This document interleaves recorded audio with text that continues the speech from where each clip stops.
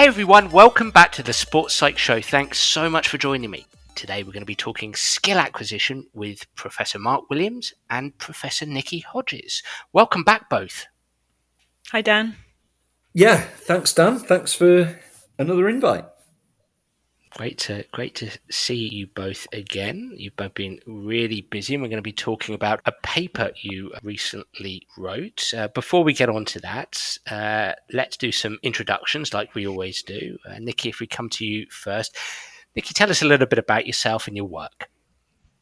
Yes, my name's Nikki Hodges, and I work at the University of British Columbia in Vancouver, Canada, in the School of Kinesiology. I've been there way too long. I actually even did my PhD there. And as you can tell from my accent, I'm British. Hopefully you can tell that. It's actually become very Canadianized now. And I did my undergrad initially in the UK in psychology. I also worked at Liverpool John Moores University with Mark Williams as a postdoc many years ago now. And and then I came out to Canada to study motor behavior, and my expertise is in motor learning, anything to do with practice. It's great to have you back on. You've been on a few times and really enjoy reading your work and looking forward to unpacking this co-authored paper today. And coming to you, Professor Mark Williams. Great to see you again, Mark. Tell us a little bit about yourself and your work. Sure, I did sports science as an undergraduate degree and did a PhD in cognitive science at the University of Liverpool. And then I've worked as an academic most of my life in different universities, both in the UK, US, and Australia. In the UK, spent most of my time at Liverpool John Moores University. And in the US, I spent 5-6 years at the University of Utah. And currently, I'm outside of the academic world, actually. I work for a non-profit research institute, which is affiliated to the State University System of Florida. It's the Institute of Human and Machine Cognition. And we do a lot of work, mostly for the US military, Department of Defense, SOCOM, DARPA, NASA, a whole range of stuff from robotics through to artificial intelligence, cognitive science, and a lot of human performance stuff. So, very similar work to the work that I've done throughout my career, with a strong focus on perception, decision making, skill learning, talent identification. But this time, a little bit more focused on warfighting rather than high performance sport, but similar work. Is it taking you completely away from sport, Mark?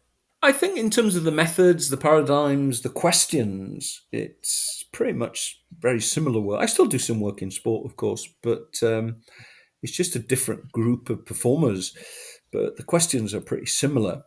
So, and yeah, I've enjoyed the change and the freedom that comes with working in a research institute without the admin and the other loads that goes with it.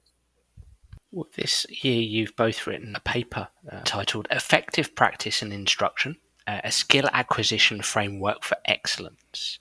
And this is a paper we're going to go through today. As I always say when I talk to people involved in the world of skill acquisition, I'm a sports psychologist who takes a broad-ranging viewpoint of sports psychology. I believe as a sports psychologist, I'm certainly not a skill acquisition coach, but I'm heavily interested, and I would say invested every day in skill acquisition in many respects, both overtly and covertly, I suppose. So I was really excited to see this paper and read this paper and have you both back onto the Sports Psych Show to discuss it and unpack it. It's a follow-up paper in many respects from a paper you released 18 years ago, 2005. I mean, Mark, coming to you first, can you give us a little bit of a genesis of this paper, maybe take us back to 2005 in that paper and how this paper potentially extends from that one? Yes. So the first paper was actually titled "Effective Practice and Instruction: Challenging Tradition," and I think we must have wrote it when Nikki was at Liverpool John Moores University. And the focus for the first paper actually was mostly on football. And what we wanted to do at the time is highlight the potential myths that may exist between coaching practice and the theory and science that came from the field of skill acquisition stroke model learning.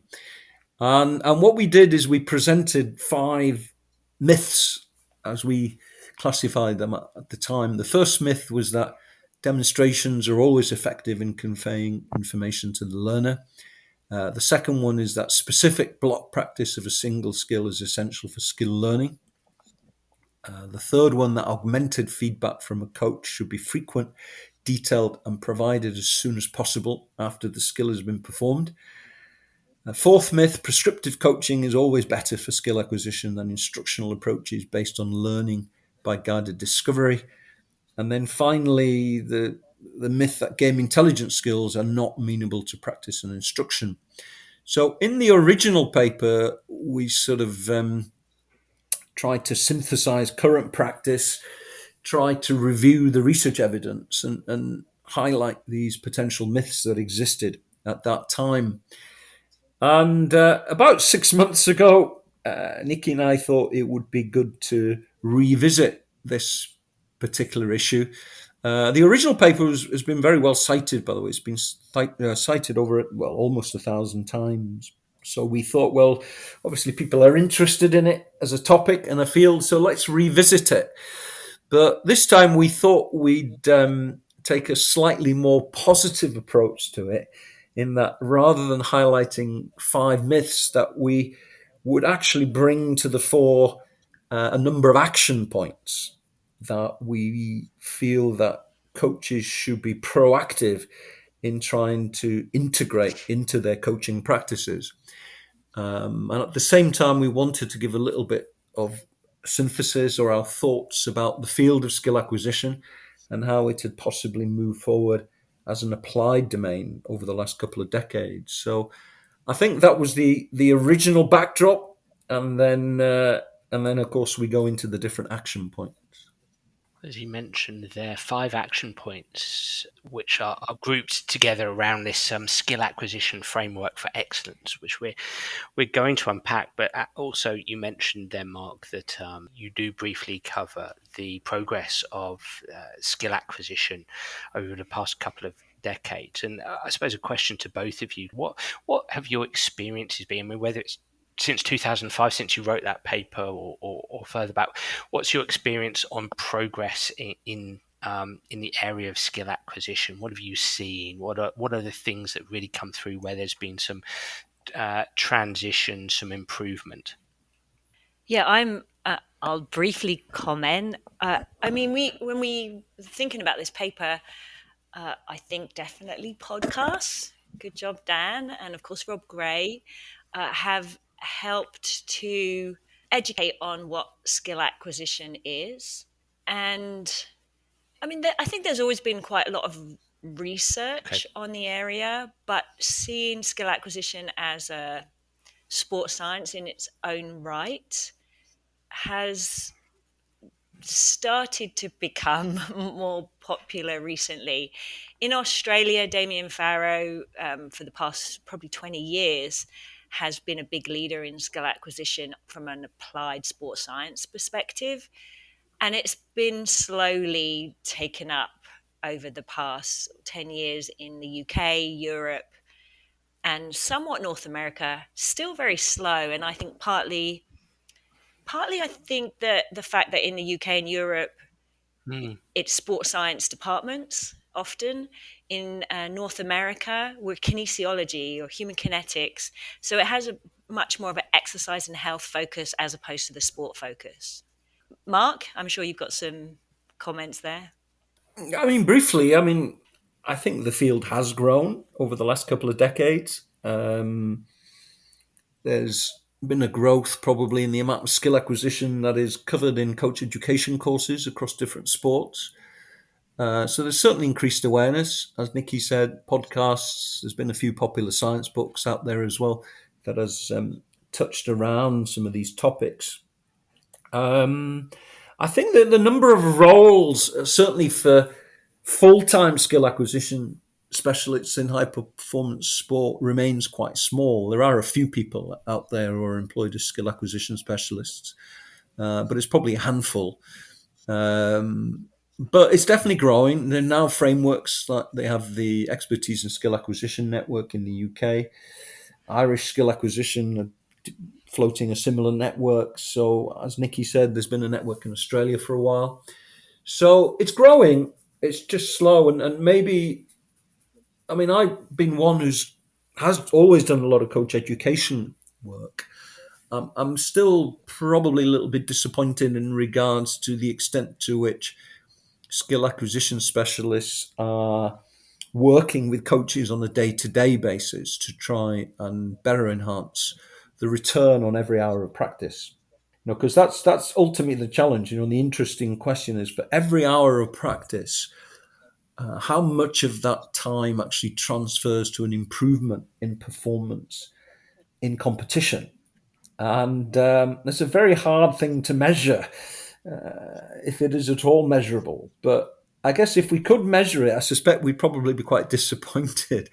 Maybe 20%, perhaps as little as 20%. So the interesting question is, if we could improve that, increase that from 20 to 40% in terms of the amount of return from every hour of practice, then that will be quite a significant gain in performance over time.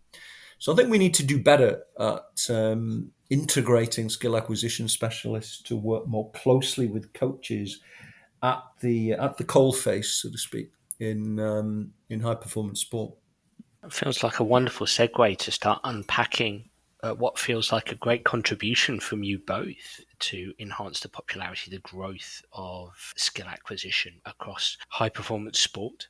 So, within this paper, you're presenting the reader to this framework, a skill acquisition framework for excellence, where there are 5 broad action points that you recommend. And for the rest of this podcast, I think we'll unpack these action points and do so and tap into both of your knowledge base around these action points. So the framework is called the Skill Acquisition Framework for Excellence. Action point 1. Find the right balance in practice between focusing on long-term learning and short-term performance. Feels a little bit similar to what you've just been referring to, Mark, but can you speak to us a little bit about this action point? I guess the issue is that, if you're a coach working with an athlete or a group of athletes, then what you see there and then in practice is not their learning, but actually their performance or their observed behavior. And in order to evaluate whether learning has taken place, there has to be a period of rest, a period of consolidation between the practice and when that act is performed again. So we have to measure retention. So whether the change in performance that I see in practice is actually retained into subsequent practice sessions, and we have to be able to measure transfer. And the concept of transfer is that the change in performance that you see transfers into other practice sessions. And of course, the ultimate test of transfer is whether it transfers to competition. And the reason why this differentiation between performance and learning is important is that the evidence suggests that different instructional variables influence performance and learning differently. So, for instance, if I want good performance, observed behavior in practice, then the evidence suggests that I should provide lots of instruction, probably demonstrate quite often, do specific block practice of a single skill, and provide lots of feedback. But rather paradoxically, the reverse conditions have been demonstrated to enhance long-term learning, that is, retention and transfer. So that maybe the argument then is, what is the least amount of feedback that I need to give the athlete so that the athlete can begin to perform the skill? To what extent are the practice conditions random, variable, such that they reflect the demands of competition, technically, tactically, physically, physiologically, psychologically? And what is the least amount of feedback and instruction that I need to provide the learner so that the learner could take more control over his or her learning? So, therefore, performance and learning are not the same things. And therefore, you could have a session potentially that looks great, performance is good, kids are enjoying themselves, parents are happy, but there may not necessarily be a lot of learning that's taken place. Whereas you could also have the reverse situation, that the session may not on the surface appear to be going well, performance may not be great, but it doesn't necessarily mean that learning isn't taking place. So maybe the challenge for the coach is that what you see doesn't necessarily translate to what you get as far as learning is concerned. It makes me ask, can we measure performance at all to make any kind of inference about learning? I think that's one of the points that we bring up in this action point as well, is the, the difficulties inherent in getting sensitive measures of performance and learning. So to get indices of learning, you need successive measurements over time, and that's sometimes hard because you need to know what to track. You know, if you've been working on one particular skill, are you able to track that beyond sort of the next session, the next game, the next week, particularly if you're talking about development of youth athletes, for example. But also, this sensitivity of measurement comes in that it may not, what you have been working on may not be evidence in outcomes immediately. There may be more subtle improvements in how a movement is performed.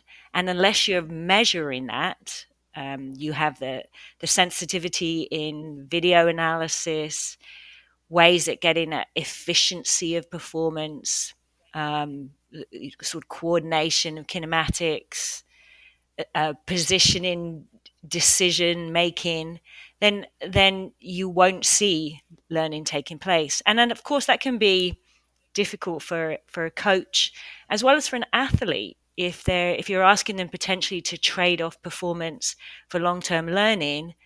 That's going to have costs in terms of motivation, potentially, and confidence, unless they are going to see that reward, and that requires somebody to, or at least some evidence that that earlier tough, challenging practice is paying off in later gains, however small, in the competition environment. Hmm. And just to follow up on Nikki's point there, um, I guess probably in a long-term development process, the focus should probably be mainly on learning. But clearly, there are still times where performance might be the main emphasis of a session. I mean, if you've got an important game or event tomorrow, for instance, then maybe the amount of learning that might occur in today's session is quite small. So maybe the important thing is that the performance is good in training, so that confidence is high. So there's an interesting balance there between when does the coach focus on performance and when does the coach focus on learning. One thing that I will add before handing back to you, Dan, is a point that I should have made earlier, in the sense that for me, I think there's a huge art that goes into coaching, um, and but I do think that art can be informed by the science. But and all we've tried to do with this framework, I think, is just to try and provide some guidance for coaches so that they can reflect upon how they can improve the art of coaching. So in essence, we're trying to enhance the professional knowledge, but ultimately there's a huge amount of craft that goes on here. And there aren't formulaic solutions to a lot of these issues. We're just trying to highlight things that I think the coaches need to reflect on and maybe discuss and consider as a group as to how they put these action points into their day-to-day coaching. The craft of coaching being session design, the craft of coaching being coach behaviors, including feedback.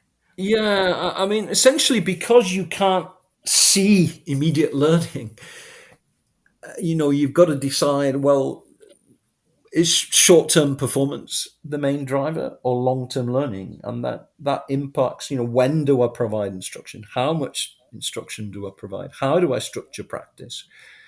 Even a very simple concept like, for instance, and later on we'll get on to talk about the challenge point, but if you want to increase task difficulty for the learner, then there are lots of ways you can do that.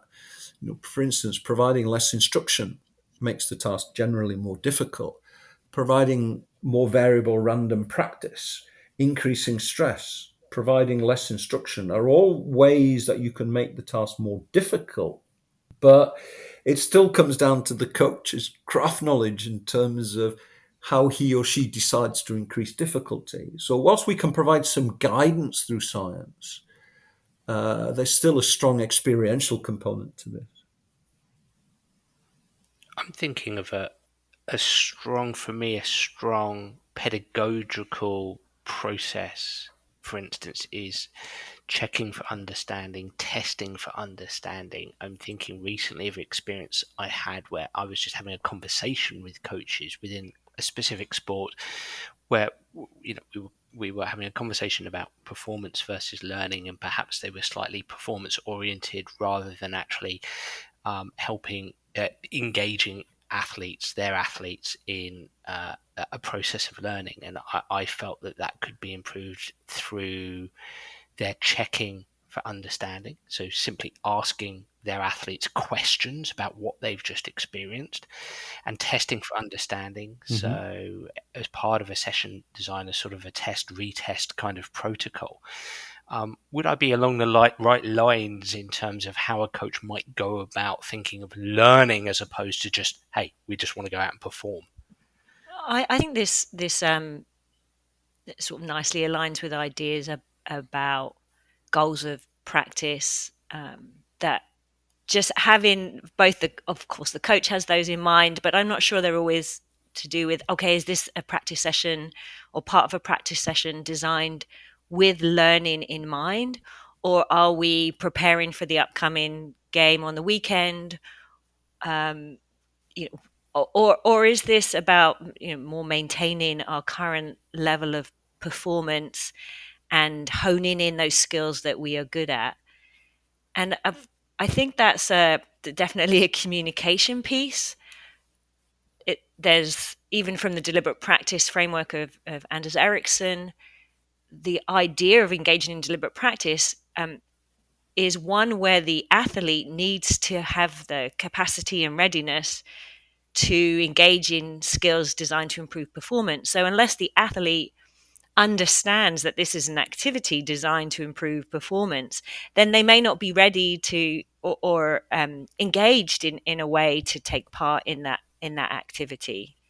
Well, I was just going to follow up one on just Mark's point he made earlier. I mean, I think when we were writing this paper, it is pretty high level, where we've taken sort of meta theoretical approach, and also it has our opinions in it, evidence informed, of course, but where we've come up with these action points, like we've really tried to use the knowledge that we've gained from both empirical research and being in the field, as well as working in consultancy roles or with sport organizations. So I just wanted to underscore that point on the paper too, that it's really, we've designed it to be a sort of a generic framework.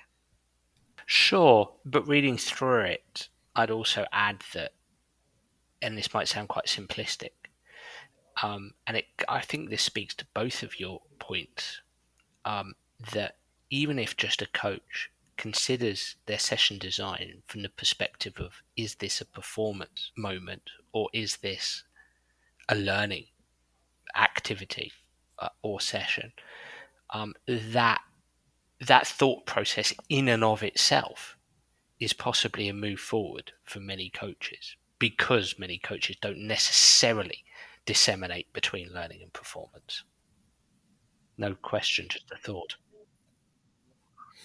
Yes, I think you will have pitched that perfectly, Dan, in the sense that I think was what we were trying to get to the point with coaches, where they They have an increased awareness of the difference between performance and learning, and increased understanding of how different types of interventions may influence performance and learning differently. So it's very hard to be prescriptive in terms of telling coaches exactly what they need to do, but it's a very broad framework upon which the more time that coaches can spend reflecting and discussing amongst themselves across different sports, I think the better that would be. Moving on to action point 2. Focus on the quality rather than merely the quantity of practice. Nikki, you mentioned deliberate practice, and you start out by talking about the work of the late great Anders Ericsson. And Mark, I know you worked alongside Anders, and you spoke eloquently about Anders when you've previously been on the Sports Psych show. But I'd love a recap, because this is an area I'm very passionate about, is that we target coaches, and you are targeting coaches in this piece of literature. At the same time, it's also important for players. And Nikki, you mentioned a few minutes ago, are players ready to learn, or are they ready to perform, or are they ready to do the things that they've got to do to be able to learn, which coaches can't always get across to players to do effectively. So if you could speak a little bit, either of you, to action point 2 and the late great Anders Ericsson, that would be fantastic. Yes, deliberate practice. So the notion then of deliberate practice, maybe just take a step back. It was a theory Anders Ericsson had, but the point that's most relevant to the paper is the notion that not all practice is equivalent, and that you can spend a lot of hours doing practice that will not improve performance. Just playing, engaging activities that are in some ways naive and may lead to incidentally to learning, but they're not designed with learning and improvement in mind. You can engage in competition and with the goal of winning, where that is not designed with learning in mind from most competition settings.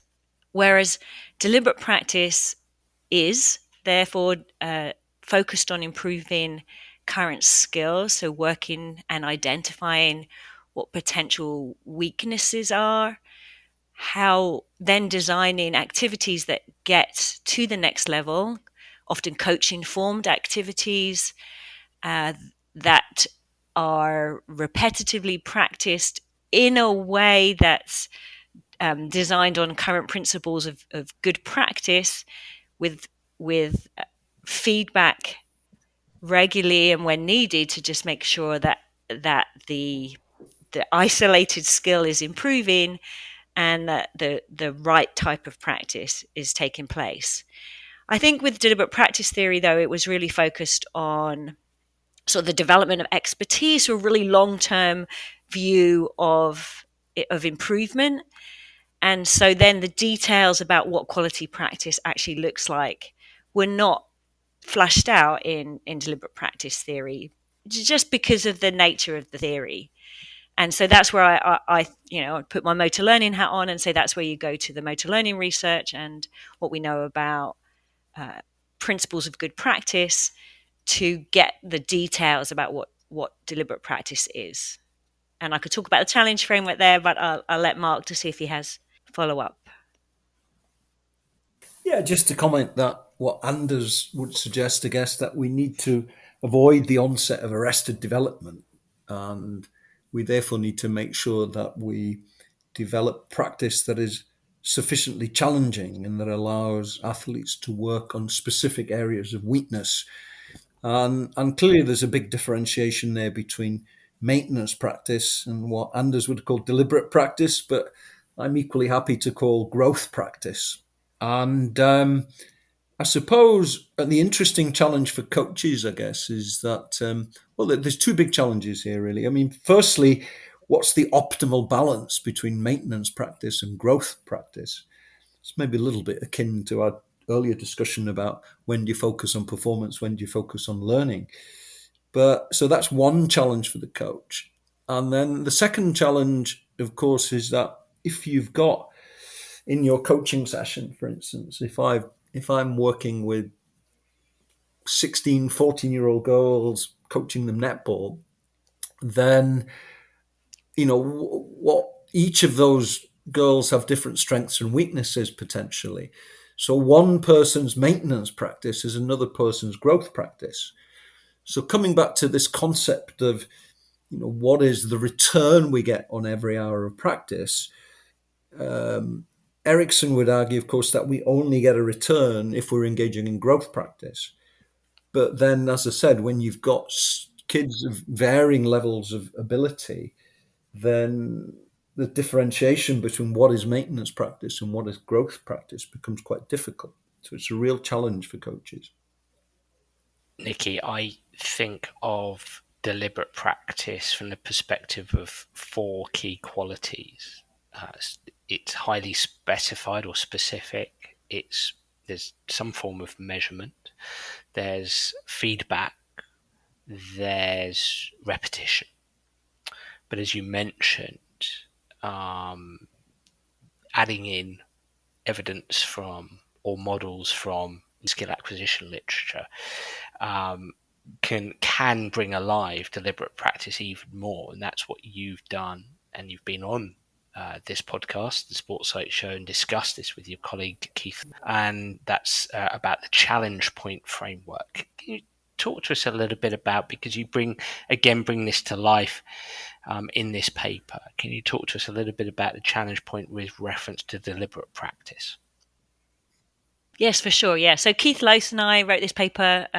It was the challenge point frame, an extended challenge point framework. We were following up on an excellent paper by Mark Guadagnoli and Tim Lee, 2004, on the optimal challenge point for learning, which was a framework for considering the motor learning research at the time, and particularly these performance learning distinctions, and this idea that they could sort of be summarized or conceptualized in terms of task difficulty or individualized challenge and performance and learning. So this relationship between task difficulty and performance, perhaps understandably, as the challenge of a task increases, at some point performance is going to get worse.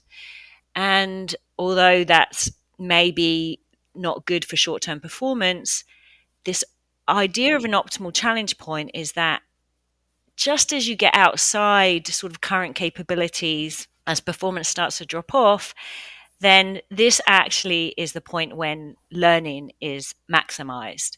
And this is to do with the idea that if you repetitively do things you can already do, of course you're not learning. But now, if you're in a situation where there's uncertainty, unpredictability, new potential for new information that is encouraging you to change what you're already doing, that's where learning is going to take place. So the optimal challenge point, although it's a theoretical point, we don't actually know what it is.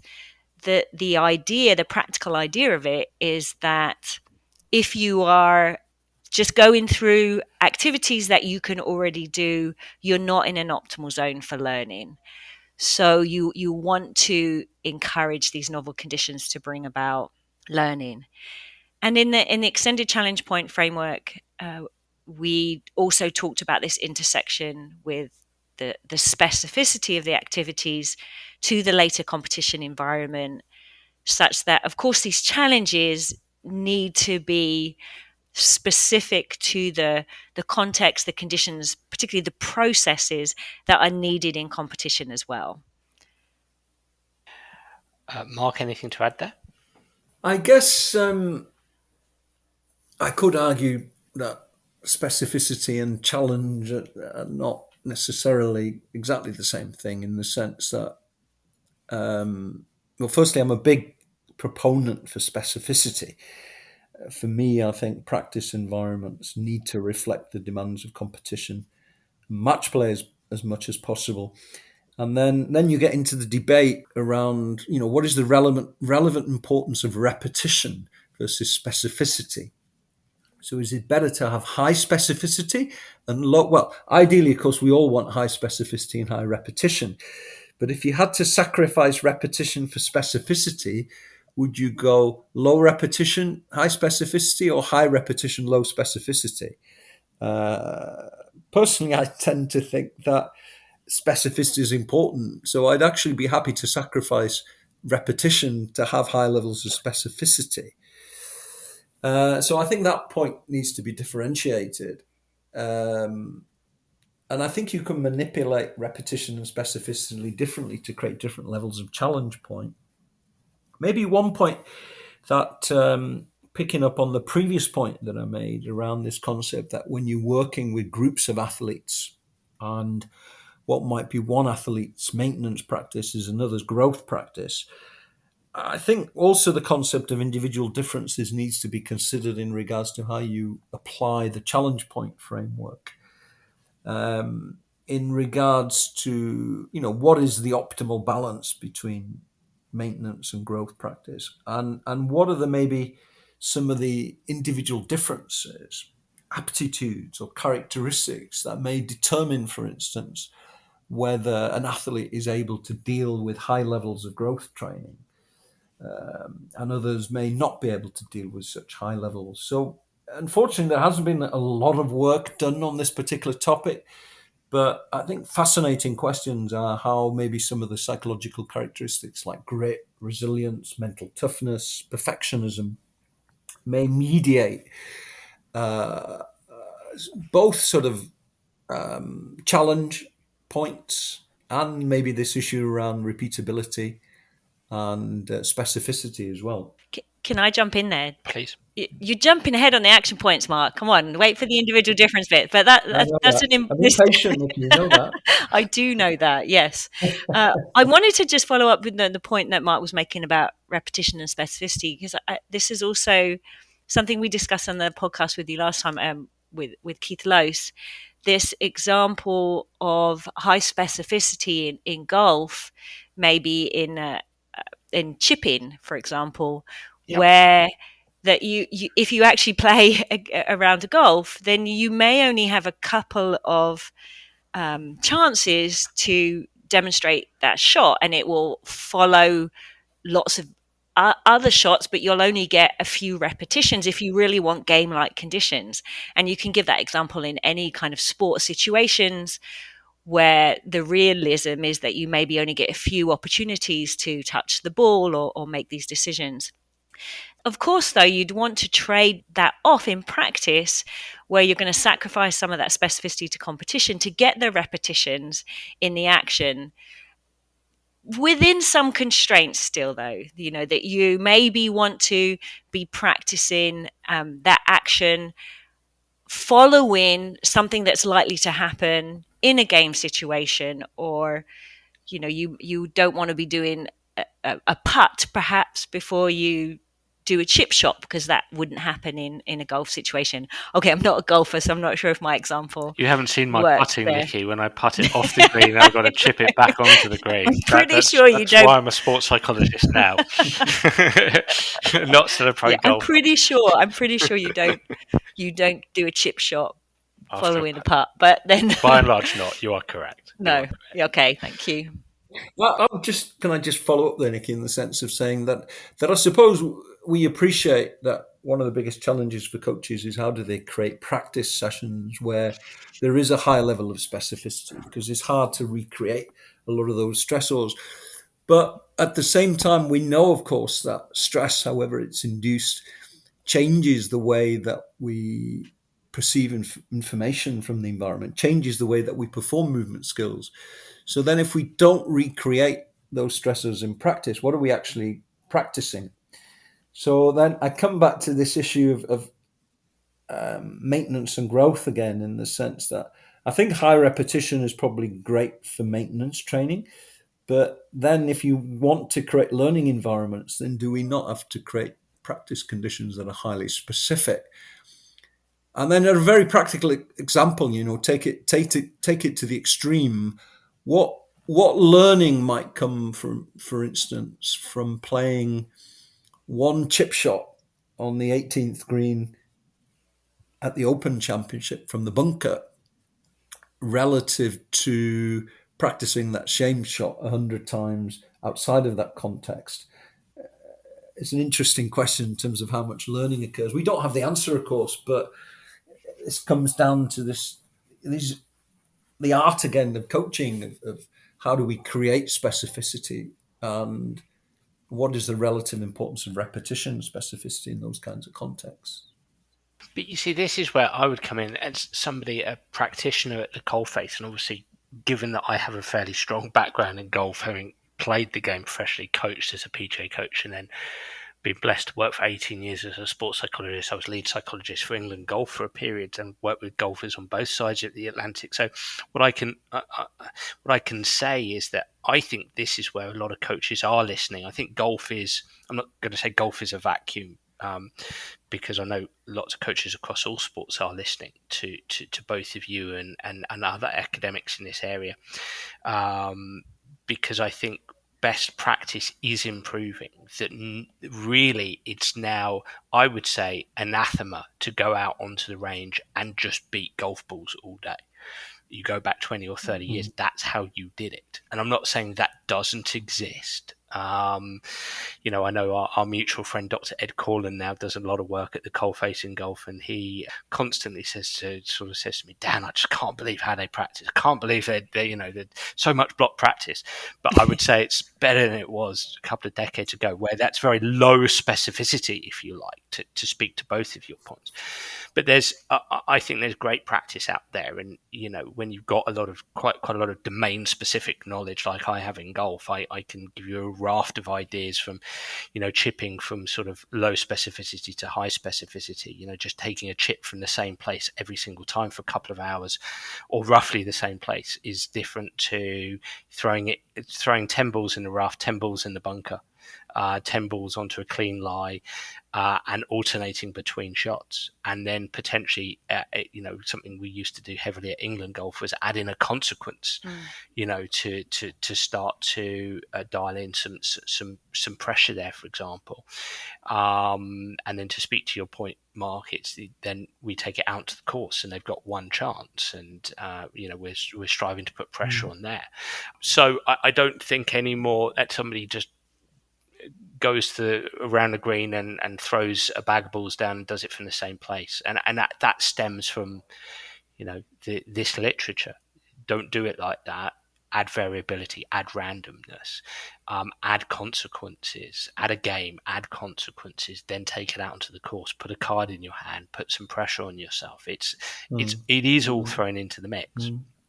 I suppose what you're really talking about, though, is the point that I raised, in the sense that it's a balance between repetition and specificity. Yes. And it's a compromise. There's always a compromise Yes. in there, in the sense Yes. that ultimately, of course, you could say that the only conditions that are truly specific are the conditions that exist on the 18th green in a major championship on the final day. But clearly they don't happen very often. So then we have to create practice conditions that have a degree of repeatability to them, but at the same time trying to maintain some level of specificity.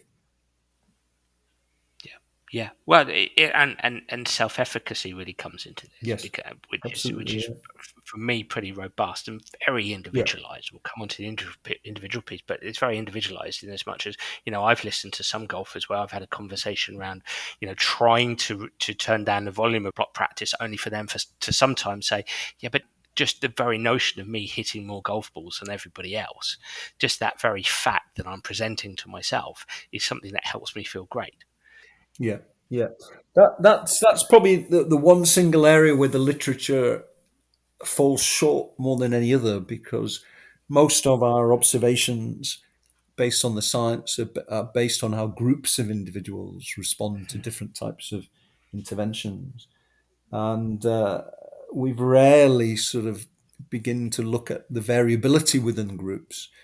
And as I said, and as you implied, things like self-efficacy, grit, mental toughness, resilience are all factors that may mediate the relative effectiveness of different types of interventions outside of the group setting.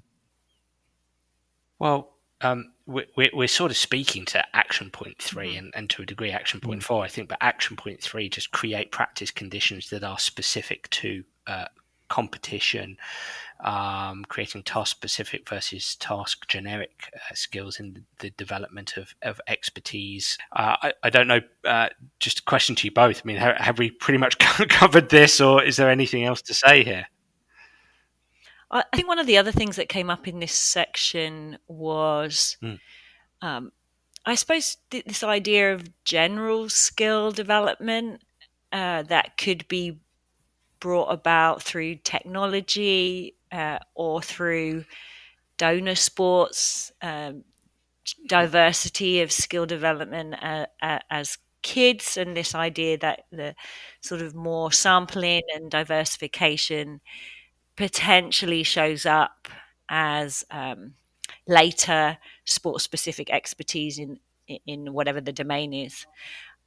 And I mean, the literature is still very heavy on task specificity. That, you know, if you want to get better at serving a tennis ball, practice serving a tennis ball.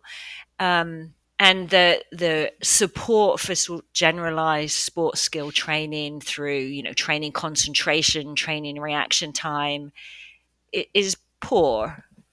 There are a few papers that you'll see now and again, and it seems that you can distinguish between groups based on sort of visual spatial skills. You know, maybe experts have slightly better visual spatial skills than non-experts in sports, but we don't really know why. It's likely just, you know, perhaps a training effect that you're seeing from being in the sport. The issues of diversity and specialization, that's still pretty vibrant discussion. Some of the issues there, I think, are related to, we don't really know what diversity means. I was actually having a conversation with someone at a conference recently who works with gymnastics, and we were talking about that as this sort of donor sport. Everyone wants to put their kids in gymnastics to improve flexibility from a young age, but I actually have not seen any evidence that kids who do gymnastics are actually better at you know, playing netball or soccer when they're older. I just don't think that research exists, and that's one of those really strong ones that parents feel quite, you know, convinced that it is important. So yeah, that was what was our point in this section as well, to talk about specificity in terms of development and address a few of those discussion points regarding specialization and diversity, as well as generalized skill transfer. Is that in the sort of the near, medium, and far transference? Is what you're speaking to that? If it's near to, if the activity that you're engaging in is close to the specific motor skills that you need to engage with in your sport, that's near transference. And then far transference would be basically me as a pro golfer sitting in the 19th drinking a beer. That's quite far transference in terms of improving in golf. I didn't do that, by the way, but would I? Yes, yeah, you can use that terminology. Okay. I think so. I mean, actually, there was a recent paper, Joe Baker and Ramsey.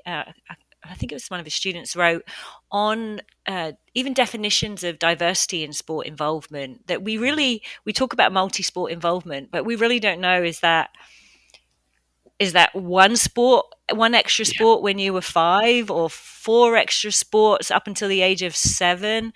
And did it have to be consecutive to your main sport, or was it on the off season? You know, there's all these, how many hours does it count to engage in that sport?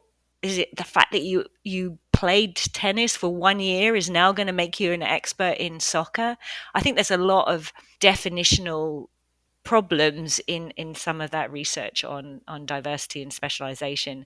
And as Mark has said, and we say a bit in the paper, there is definitely not enough evidence to devise any kind of training program based on diversity in sport.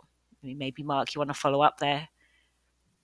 No, I think I pretty much agree with everything you've said there. I mean, the evidence to support the value of transfer is really not that strong. As you said, we don't know what transfers, we don't know what degree of engagement in other sports is necessary for transfer to take place. I don't dismiss the fact that there may be some element of transfer. I just don't think that the amount of transfer that occurs is probably a pivotal factor in the development of expertise in the target sport. I mean, interestingly, and this is something that you might want to comment on, really, Dan, in the sense that if I was to think that some things are more likely to transfer than others, I suspect technical and tactical aspects are less likely to transfer certainly across two sports that are very different. But I wonder if some of the psychological skills may transfer. This issue of dealing with pressure, with competition, grit, mental toughness, resilience are factors that may be somewhat non-sport specific, but again, there isn't a lot of empirical evidence out there that has addressed that issue. But I'm more inclined to think that there may be some transfer on those psychological sides than I am certainly on the technical and tactical aspects. Yeah, I just it's funny you should say that or ask me that, Mark, because what was going through my mind was actually the technical, tactical, or maybe the technical from the perspective of I can't remember which golfer it was, but somebody had a very very long hitting golfer had a background in baseball.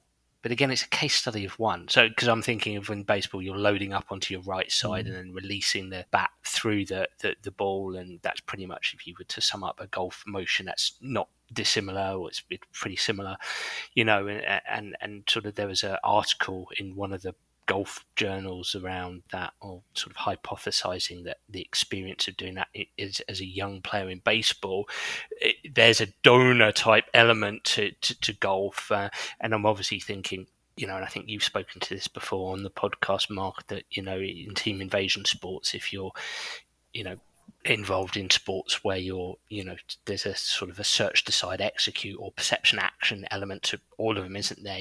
Do they cross over?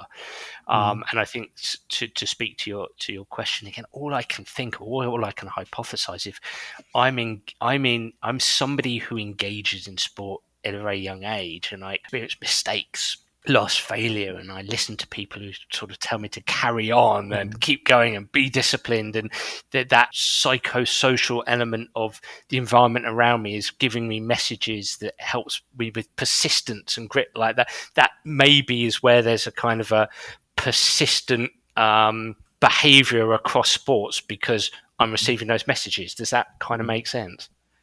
Yeah, it's a little bit like the analogy of chipping a golf ball and bowling a cricket ball. They're two very different skills. So I guess why would you expect transfer? But I guess in both of those separate sports, dealing with failure and coping with different difficult Yeah, situations and contexts maybe are quite similar. yeah, And I wouldn't necessarily disagree with the fact that experiencing those difficult situations in golf might not help you in experiencing those different situations in another sport. That seems to be some solid ground for potential transfer on the basis of similarity of processing, if you like. absolutely. Can I add Mm. just to that? And I think this goes to the next point again about this individual differences. But there's also the question about whether you become good at practicing. Is there something that you're learning about what it means to engage in good quality, deliberate, challenging practice, and that potentially is transferring? I don't know if we want to call that the coachability, because it's somewhat related. I know there's been some work on self-regulation, as perhaps this sort of general skills. Stuart Wilson and Brad Young have written a good paper on that recently in Frontiers. And we're sort of starting to try and look at sort of this awareness of youth athletes about what good principles of practice are. Before you go to practice, are you aware of what you want to get out of it? Do Mm. you reflect on what you've just done after you've had a practice session? Um, Mm. do you still, when you don't perform well, do you take that as a learning opportunity? There's all these potential softer skills that could be acquired from these transfer or diverse sport Mm. involvement. I mean, I think that's a great question, Nikki. We obviously know, and when we looked within the sport, that elite performers have a different mindset as far as practice than less elite performers. We know they're more cognitively engaged in the process of training. They spend a lot more time self-reflecting on what they're going to do, and they spend a lot more time in growth training. So they spend more time practicing the skills they're not good at, as opposed to less elite performers who spend more time practicing the skills they're good at. So I think the concept that some of those skills might transfer to learning of another skill is a very interesting question, which is very open to empirical work. Got our next project there, Nikki. Yeah, exactly. And for me at the coalface, I think it's so relevant. Having been blessed to stand by the pitches of, like both of you have, leading rugby teams, football teams, soccer teams, and golf ranges, and so on and so forth, tennis courts.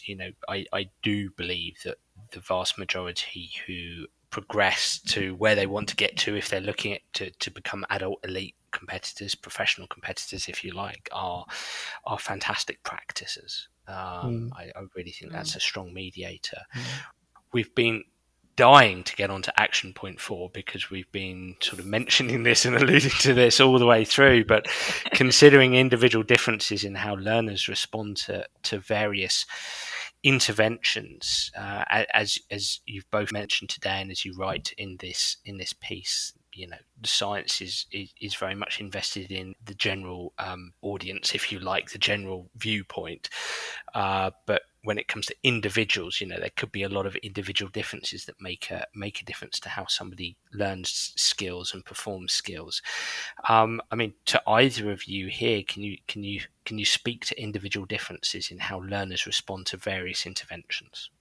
I'll just chip in quickly because it was a point that was in my mind that I was going to bring it on the last point, and it relates to the sort of dialogue that Nikki and I had a minute ago, in the sense of whether there is such a thing as an expert learner. And again, if I look at historically our approach, we might compare two different types of interventions, and as I said, we've looked at how the group responds. So we may have 20 participants in that group, and one group of 20 performs better than the other 20 or learns more than the other 20. But we've not really teased apart, even within that 20, do some learn the skill more quickly than others? And therefore, what differentiates a so-called expert learner from your typical learner is quite interesting. And the point is what Nikki and I were speaking about a minute ago, in the sense of whether, this mindset, this growth mindset, if you like, around practice is one of the characteristics of expert learning, and whether someone who's expert at learning in one situation can be an expert in learning in another situation because of that issue is interesting. Nikki, coming over to you with the individual differences. Yeah, I'm not sure if I have anything to add there. I suppose this sort of the expert learner. One of the things that we discussed in the paper and in writing this was there are so many potential individual differences that you could measure and see if they're related to learning. So imagine in any laboratory type task where you bring a bunch of people in, you look at rate of acquisition as one measure, but of course to look at learning, we're looking at performance over a rest period, and then we're trying to capture those differences between people over and above the intervention that we've had. And then we've got to have had the prescience to have measured it in advance. And then what do we measure? And we've talked about this, that there are so many things that you could measure. And then now, drilling down to what some of those things may be, perhaps it does come to a bit of self-efficacy and confidence that's received a lot of attention in the psychology literature, and even in optimal theory as sort of confidence or motivation as a potential moderator of learning. Whether to go there, possibly that would be an informative way of trying to figure out what makes people good learners. But then my worry would be that we'll start searching for individual differences and talents, in those when we're selecting people, and I just am not sure if it will account for that Yeah, much yeah. variance once you've got an experience-based, evidence-based intervention. Yeah, Yeah. I think that's an interesting point of view. And of course, it's not a new agenda. It dates back to some of the work on differential psychology.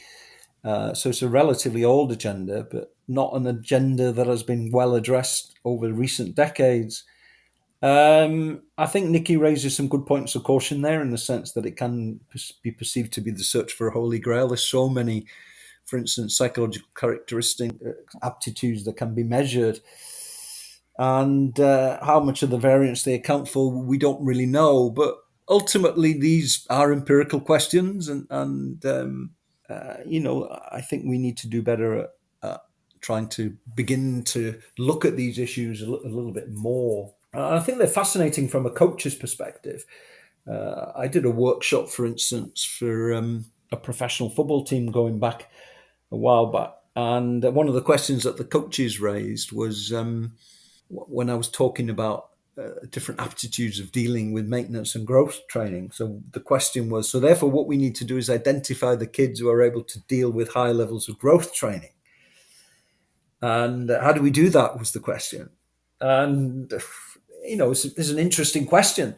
And we don't know whether such of these factors like great mental toughness have an impact on that. And we don't know, of course, whether players may come in with high scores on these characteristics or Mhm. aptitudes early on, or whether it's the environment that shapes and develops these aptitudes over time. But I think they're fascinating questions. It, And it's slightly dynamic too, isn't it? Sorry, Dan, I just interrupted. But it's likely that your how you're able to deal with what you call growth training, this deliberate practice, this challenging type of practice that's likely to have associated more errors with it. That will potentially be, you had a good game on the weekend, and now your situation is that, yeah, sure, I can deal with a challenging practice, but if I've just come off a couple of failures and I'm not in a supportive coach environment, and I know that this is going to matter for the upcoming selection, that then you're less able to deal with those. Yeah, yeah, great points. and my slight check and challenge to that question the coach presented to you, Mark, would be, and it's one that presents a bit of contestation, would be, I'm not too sure that's the best question to ask. It is a question, of course, but why would we Mm, want to identify people in our talent development pathway who have a propensity to have this ability to engage in growth practice? Why wouldn't we ask the question, and you alluded to this, Mark, what do we have to do as coaches to create an environment that excites players mm. to engage in growth practice? Mm, Yeah, yeah. absolutely. And how do we create environments where athletes don't fear failure as well? Or, in the sense that clearly, if you create desirable difficulty and challenge points, then that brings with it an increased risk of failure. And it's how the coaches and the environment helps the athlete deal with that and see it as a growth opportunity is kind of equally important. I Yeah. suppose ultimately what would be quite interesting is more longitudinal research to track how these characteristics and aptitudes change over time. And, do these athletes come in high, come in at moderate levels, and how are they shaped and influenced by the learning environment and the nature of the coaching that goes on? Yeah, yeah, and before we move on to the next action point, I'm sort of almost challenging my own remarkable question. There would be, there are plenty of coaches who do great jobs in trying to develop an environment that fosters, to speak to your point there, Mark, mistakes. We give permission to make mistakes. We give permission to make Mm-hmm. errors in our highly challenging environment. At the same time, that's not the same thing as players themselves giving themselves permission to Mm. make mistakes, and that's where can people, sports psychologists can go in and do is slightly more of the sort of the dirty work around helping individuals manage themselves, through mistakes and give themselves permission to make mistakes. But moving on to that last action point 5, facilitate learning during practice rather than dictate or abdicate. Well, this is a big old topic, isn't it? If either of you could speak to this a bit, that would be fantastic. Go on, Nikki, you go first. Well, I was thinking the catchy title is yours, Mark. But I mean, there's a lot of potential areas that could feed into this action point. There's a history in the motor learning research on guidance effects from over instructing or giving feedback too frequently, too close to when the action has ended, and this idea that, and with evidence that the athlete then becomes dependent on that information that acts as a sort of crutch when it's removed.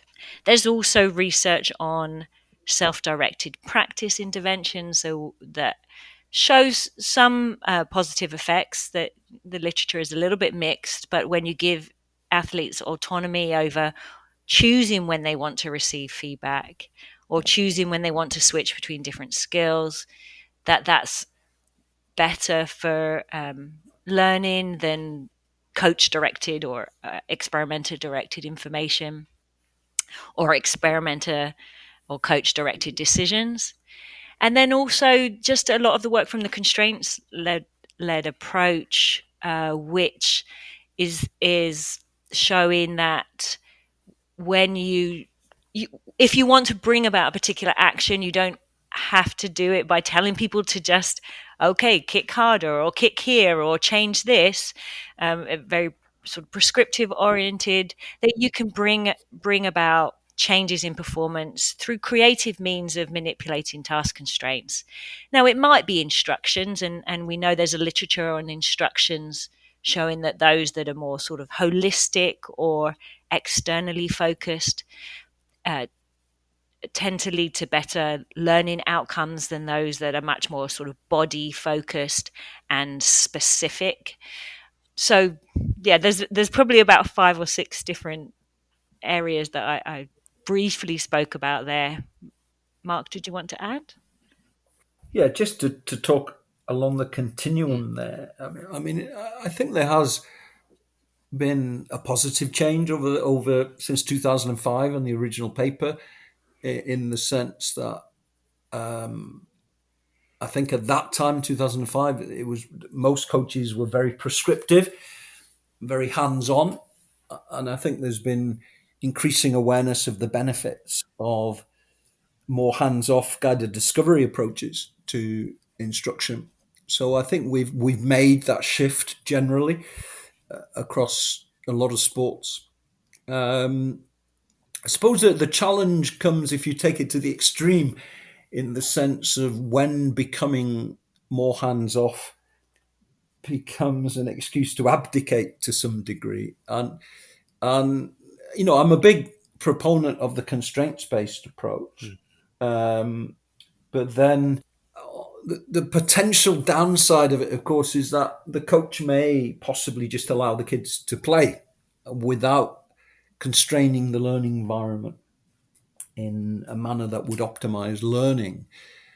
And I think one of the challenges possibly for a constraints-based approach to instruction is that it's probably an approach that requires significant craft knowledge on behalf of the coach to ascertain specifically what constraints need to be manipulated and when to optimize opportunity for discovery learning.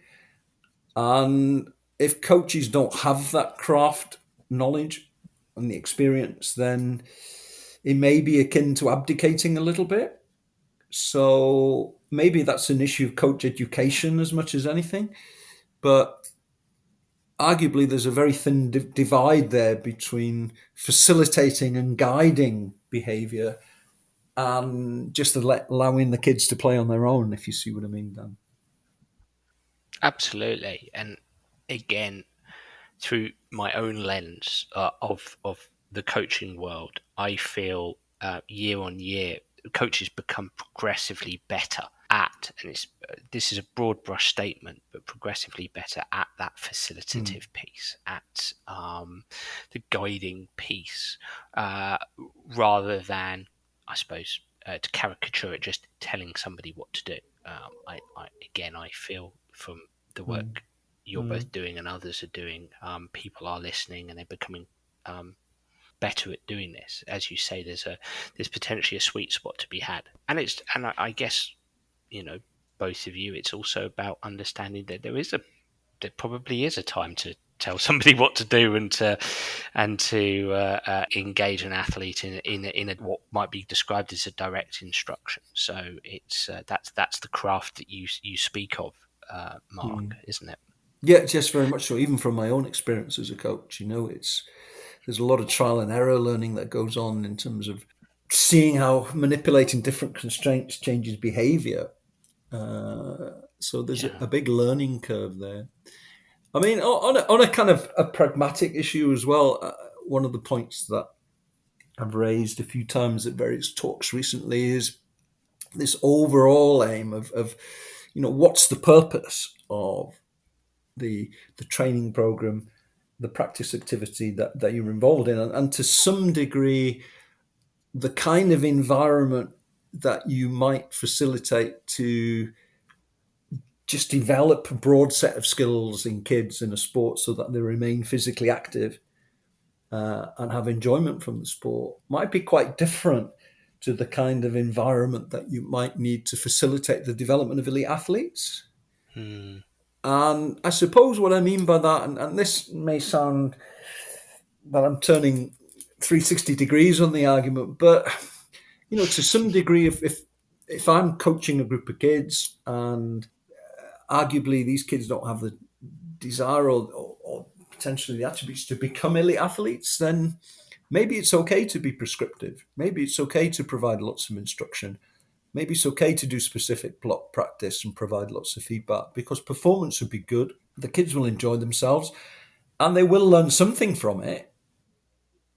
So how do you balance that up? Whereas clearly, if you're working with elite kids in a Premier League academy environment, for instance, and the goal there is to create high level players in that particular age group, then it's a very different environment. So maybe the challenge above anything else in terms of a high performance context is to have the right coaches with the right kids, with the right level of competition, with the right facilities at the right age group. Does that make sense? It makes sense, but as you were speaking, would you say that historically the reverse led has usually been applied, in as much as at a participative level, the gut feeling is to just let them play, and at the Mm. elite forming level, so the talent development pathways in, let's say, the Premier League, has been Mm. to instruct, instruct, instruct. It's Mm. interesting that It's a good point. you would, yeah, that you Mm. kind of had it in the reverse way. Yeah, no, Um, no, that's a very good point. Yeah.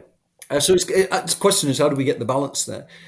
yes. And I suppose it's different environments, different types of practice, different types of coaching that impacts different types of players. So we're back to this individual differences as well Yeah. as the overall aim of practice. What are you trying to do?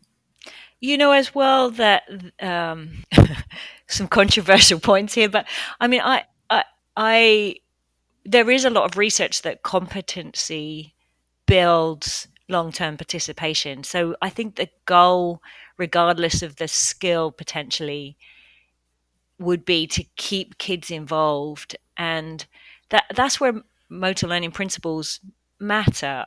I think it's regardless of whether you want your kids to be in high performance or not, that if they feel good at something, they're more likely to keep doing it. And the way to get people good at something is to um, embed good skill acquisition principles into practice design from as early as possible. So I think I would go with let's use the science to embed the principles I mean, of course, there's going to be some perhaps age group emphasis on more on transfer versus sort of play and having fun, but use those principles in order that we best facilitate fundamental skill development so that we keep the kids involved in those activities for as long as possible. What I'm hearing you say there's a mantra that's been out there for a few years now and has been utilized on this podcast before in an episode effectively, but is, as many in any kind of talent development pathway, as many as possible, as long as possible, as good as possible, which I think is a fair mantra to live by. But what I'm hearing you say, Nikki, is that's not just have fun, enjoy it. It's also that is mediated by competence. Yes. If I feel I'm competent at something, then I've got more chance to want to be involved in sport. I know I said talent development pathway, but just involved, participating in sport. If I feel I'm not very good at something, then I might remove myself. Yes, I think so, and particularly, I'm very aware of girls and women's sports.